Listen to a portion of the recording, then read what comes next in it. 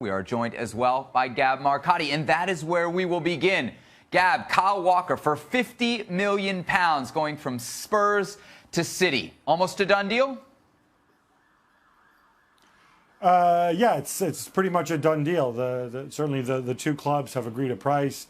You would imagine that it's going to be pretty straightforward to get Kyle Walker to agree terms. In fact, I'm sure they've already been talking to each other. And I know that people are going to scoff at the price, but one key thing to bear in mind here is Manchester City have a serious dearth of players who satisfy the homegrown player rule or the association trained player rule. In other words, guys who are not English, and Walker, of course, has the right passport for it as well. And I think Spurs knew that. They're tough negotiators, and they held out for the price they wanted. Guys, I will be the first to scoff at the price. Not because it's $50 million for a right back, but because it's $50 million for at the end of last season, not first choice right back. Is that fair?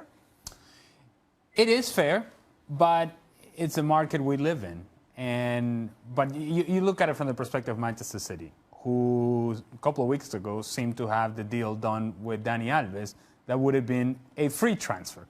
And so, financially speaking, $50 million, I don't care how you look at it, it's a lot of money. And so I know that this checks a box for the English player and all these other things, and that plays a part into this and the negotiation for Spurs.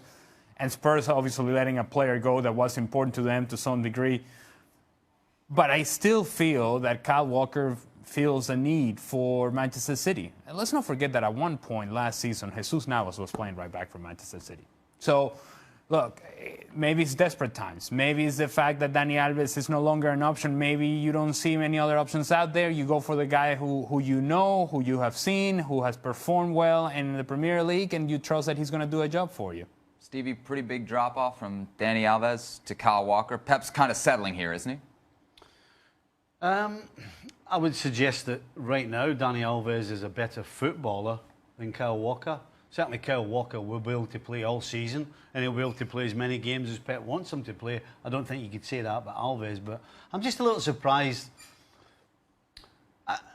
Surprised is not the word. I guess what I should say is, I think the fact that they've paid $50 million for Kyle Walker, number one, he's overpriced. Number two, the way he plays the game. He's all about pace and power and getting up and down.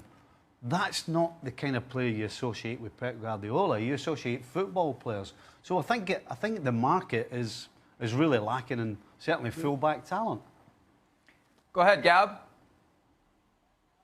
No, I was going to say it's an interesting one there because there was another option, of course. So it would have been a guy like putting in a serious offer for Hector Bellerin, who's also linked with Manchester City for a long time and last season, and for whatever reason they opted not to go down that route. But I agree with Stevie. Certainly his style doesn't seem like an obvious fit if you're going to have the fullback step inside like we saw earlier this season, and he's very different from Dani Alves. One area though where they're similar though is the durability. Obviously he's more durable than Dani Alves, but we are joined as well by Gab Marcotti, and that is where we will begin. Gab, Kyle Walker for £50 million going from Spurs to City. Almost a done deal? Yeah, it's pretty much a done deal.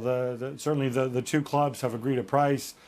You would imagine that it's going to be pretty straightforward to get Kyle Walker to agree terms. In fact, I'm sure they've already been talking to each other. And I know that people are going to scoff at the price, but one key thing to bear in mind here is Manchester City have a serious dearth of players who satisfy the homegrown player rule